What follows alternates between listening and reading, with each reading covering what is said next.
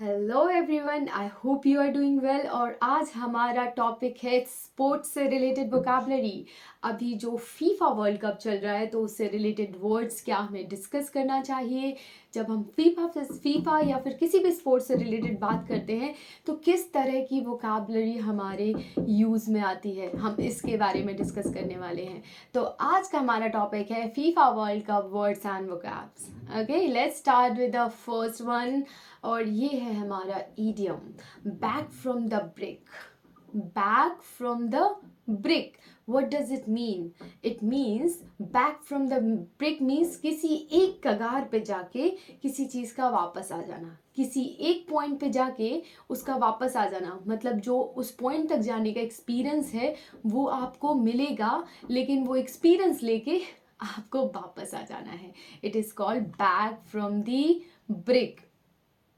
Means back to a state of stability. मतलब कि अभी आप एक पॉइंट तक जाते हैं, उसके बाद आप बोलते हैं back to state of the stability. मतलब जो स्टेबिलिटी, स्थिरता है, उसकी तरफ आप वापस आ जाते हैं, मतलब स्टेबिलिटी की तरफ वापस आ जाते हैं। ओके, और well being after being on the words of utter ruin और फेलियर और destruction. means well-being after being on the verge of utter ruin or failure or destruction. That is what back from the brink. Back from the brink. Okay, the massive success of our latest product pulled the company back from the brink. Means जो massive success थी, जो बहुत बड़े level पर जो success थी of our latest product, किसकी latest product, जो हमारा न्यू करेंट प्रोडक्ट है, उसकी जो मैसिव सक्सेस थी, पुल्ड द कंपनी को कहाँ ले गई? Back from the brink. Back from the brink it means एक कगार तक ले गई और फिर एक स्टेबिलिटी की तरफ वापस आ गई। Means back to the stability. क्या हो गया? वापस आ गई, एक तरफ मैसिव सक्सेस की तरफ ले गई और फिर वापस से उसी पॉइंट पे आ गई, स्टेबिलिटी की तरफ आ गई। Let's just start with the second one, which is not a walk in the park. Not a walk in the park. What does it mean, not a walk in the park? It means कुछ बहुत कठिन होना और कुछ बहुत परेशानी भरा होना। अच्छा, मैं बताती हूँ आपको इसको किस तरह से समझना है। Not a walk in the park, जैसे मैंने बोला कि let's just walk in the park, तो ये कितना इजी है कि आप वॉक करते हैं पार्क में। Let's just walk in the park, it's very easy. So not a walk in the park means something which is not easy. क्योंकि आप, ये ऐसा नहीं है कि आप जाके पार्क में वॉक करके आ गए, ये इतना आसान नहीं है। जो जिस काम की बात हो रही है वो इतना आसान नहीं है कि let just walk in the park and आप वापस आ गए। So it is not a walk in the park. मतलब it is not like a walk in the park. मतलब ये ऐसा नहीं है कि बस आप वॉक करें और वापस चले आए और आपका काम हो गया। सो it is something which is very difficult, बहुत सारी कठिनाइयों भरा और बहुत सारी परेशानियों भरी चीज़ है। Not a walk in the park, तो आप इस कॉन्टेक्स्ट में इसको यूज करेंगे कि it is not a walk in the park. Okay, so when something is described as not being a walk in the park, it means it was difficult. मतलब if I am saying I have to make this but it is not a walk in the park, मतलब इतना भी आसान नहीं है कि जैसे walk करके वापस आ गए पार्क से या फिर वॉक करने चले गए पार्क पे, इतना आसान नहीं है ये।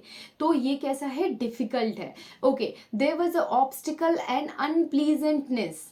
मतलब क्या है? ऑब्स्टिकल है, हर्डल्स हैं, हैसल्स हैं एंड अनप्लीजेंटनेस भी है। The term a walk in the park and refers to something being simple और easy to do. Not a walk in the park indicate that something is not easy to do. कोई भी चीज़ जो कि easy ना हो करने में, उसको बोलते हैं हम not a walk in the park. Okay? फिर हमारा नेक्स्ट वर्ड है ब्रूज। ब्रूज मीन्स क्या होता है? ब्रूज एक वर्ब है।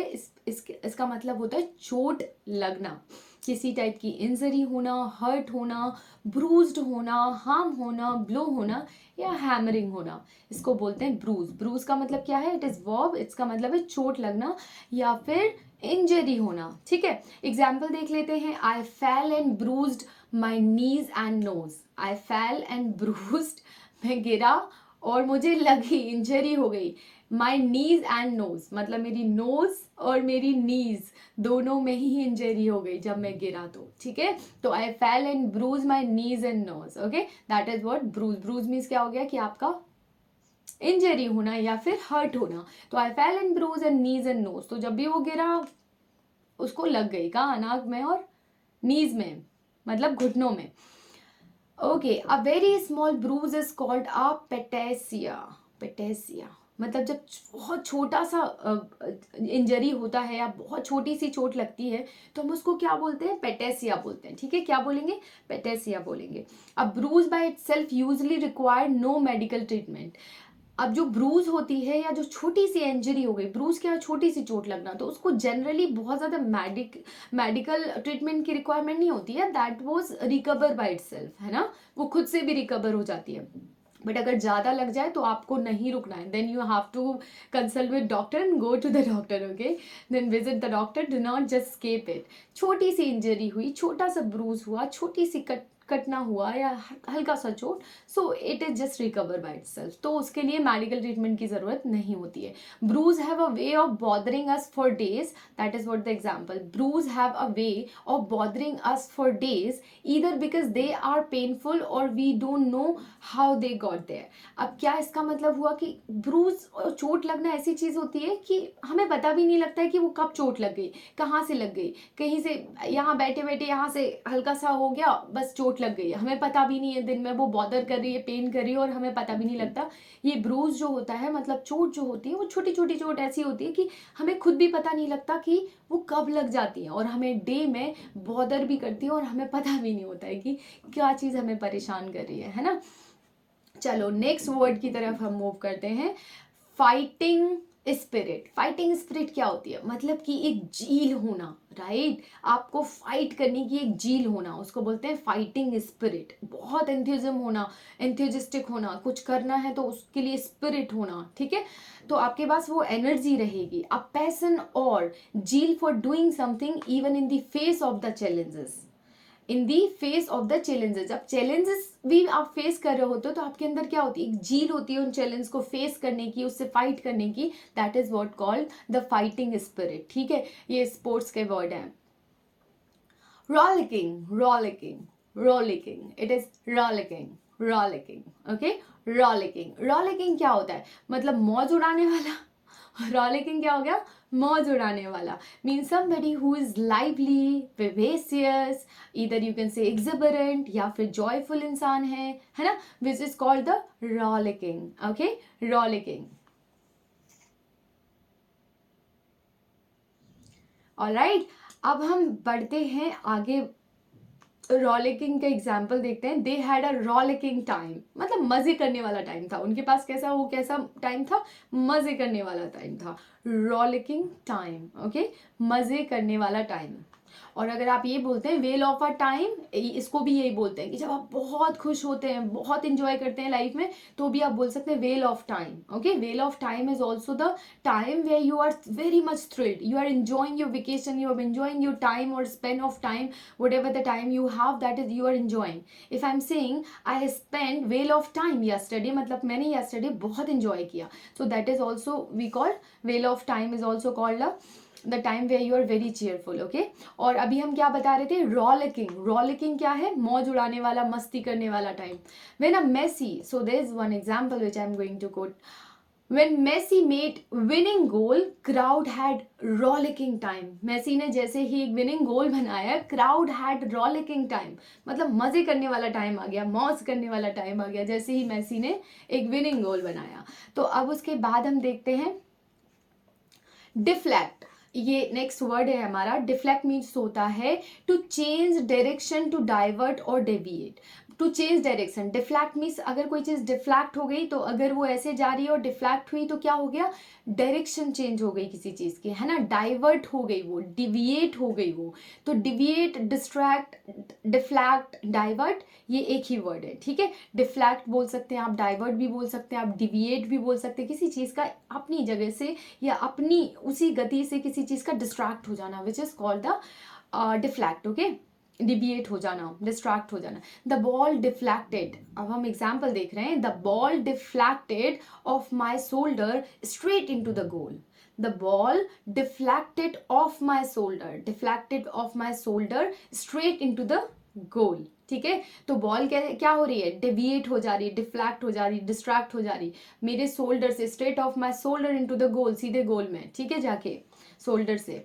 तो shot is deflected out to the another corner. Shot, जब मेसी ने या किसी ने शॉट मारा तो is deflected out to the another corner. वो कैसे डिफ्लेक्ट हो गया, मतलब दूसरे कॉर्नर पे पहुंच गया। ठीक है, डिफ्लेक्ट हो गया, डेविएट हो गया और दूसरे कॉर्नर पे पहुंच गया।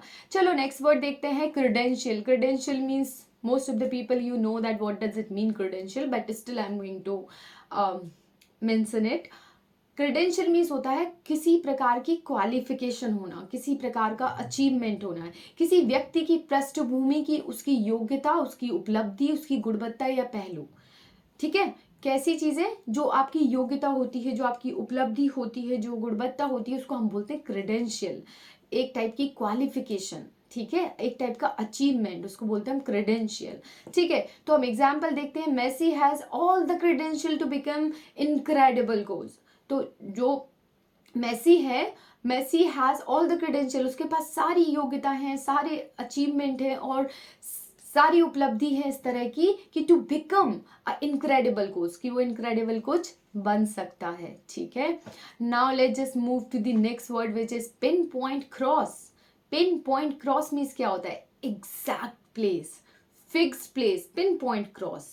If I am saying pinpoint cross, मतलब कि ये जो पिन पॉइंट है, ये जो जगह है वो डिसाइड हुई थी, यही एग्जैक्ट प्लेस है, जिसको बोलेंगे पिन पॉइंट कर, मतलब फिक्स प्लेस होना कोई चाहिए या सेम स्पॉट। ठीक है, इसको बोलेंगे सेम स्पॉट, फिक्स स्पॉट या फिर एग्जैक्ट प्लेस। ठीक है, Messi got magnificent pinpoint cross to make the winning goal. Messi got magnificent pinpoint cross to make the winning goal. ठीक है, तो विनिंग गोल के लिए मेसी को क्या एक मैग्निफिसेंट पिन पॉइंट क्रॉस मिल गया। ठीक है, मतलब कि एग्जैक्ट सेम प्लेस पर उसने क्या कर दिया, हिट कर दिया। अब हम बढ़ते हैं नेक्स्ट वर्ड की तरफ, जो कि हमारा एक छोटा सा फ्रेजल वर्ब है, give it a shot. Give it a shot, give it a shot means क्या होता है, कोशिश करके देखना। ठीक है, you should have give it a shot, मतलब कि एक बार तो कोशिश करके देखना चाहिए, राइट। उसके पहले मैंने बताया था give it a world. Give it a world means क्या होता है, ये भी एक बार कोशिश करना हो गया। ठीक है, कोशिश करना, गिव इट अ वर्ल्ड, एक बार कोशिश करना, गिव इट अ शॉट, कोशिश करके देखना, एक बार कोशिश करना, give it a try. You can replace by give it a try, मतलब गिव इट अ ट्राई भी बोल सकते हो, गिव इट अ शॉट भी बोल सकते हो, गिव इट अ वर्ल्ड भी बोल सकते हो, तीनों को बोल सकते हो। Wherever whatever you want to pick, you can pick. Give it a try. I'm thinking to give it a try. I'm thinking to give it a whirl. I'm thinking to give it a shot. Right? किसी को भी आप एक pick करके बोल सकते हैं. Shreya is not an expert at sports. Shreya is not an expert at sports. Okay? Shreya is not an expert at sports. However, she does give it a shot in football. Okay, however she does give it a shot in football. Shreya वैसे वो expert नहीं है sports में, ठीक है, but फिर भी वो क्या करना चाहती है, एक बार ट्राई करना चाहती है फुटबॉल में। ठीक है, but she does give it a shot in football. ठीक है, वो एक बार ट्राई करती है फुटबॉल में। तो आज के वर्ड हमारे अभी के लिए ख़त्म हुए। Thank you so much for watching. I hope you enjoy and do like, do subscribe so that you will get a notification. And yeah, let's just meet tomorrow. It was amazing conversation. I hope you all are going to pick the words and the idiom or some few phrases or words and you start having a conversation. Trust me, those words going to gear up or ramp up in your communication. But it's all about आपको meticulously observe करना है, सुनना है और फिर बोलना भी है, क्योंकि this is what very important thing. अगर आप बोलते हैं तो ही आपको वो सारी चीज़ें आती हैं बोलने में, और रिकॉल करना है। जब भी आप भूले उसको दोबारा से देखें, उसको रिकॉल करें और रिकॉल करके फिर से ट्राई करें। आपको बस 3 बार ये काम करना है। अगर आपने रिकॉल करने की प्रोसेस 3 बार कर ली और थोड़ा सा अपने आप को कंपेल किया, डिलिबरेटली बोला किसी चीज़ को, मतलब कि थोड़ा सा अपने आप को मजबूर किया और थोड़ा सा डिलिबरेटली, मतलब जानबूझकर जब आपने बोलना शुरू किया इन शब्दों को, तो आपको ये सारी चीज़ें बहुत आराम से याद हो जाएंगी और आप उनको लंबे टाइम के लिए बिल्कुल मेमोराइज कर पाओगे। तो आपको इस बात का ध्यान रखना है और आगे मुझसे कनेक्ट बने रहना है। All right, thank you so much for watching.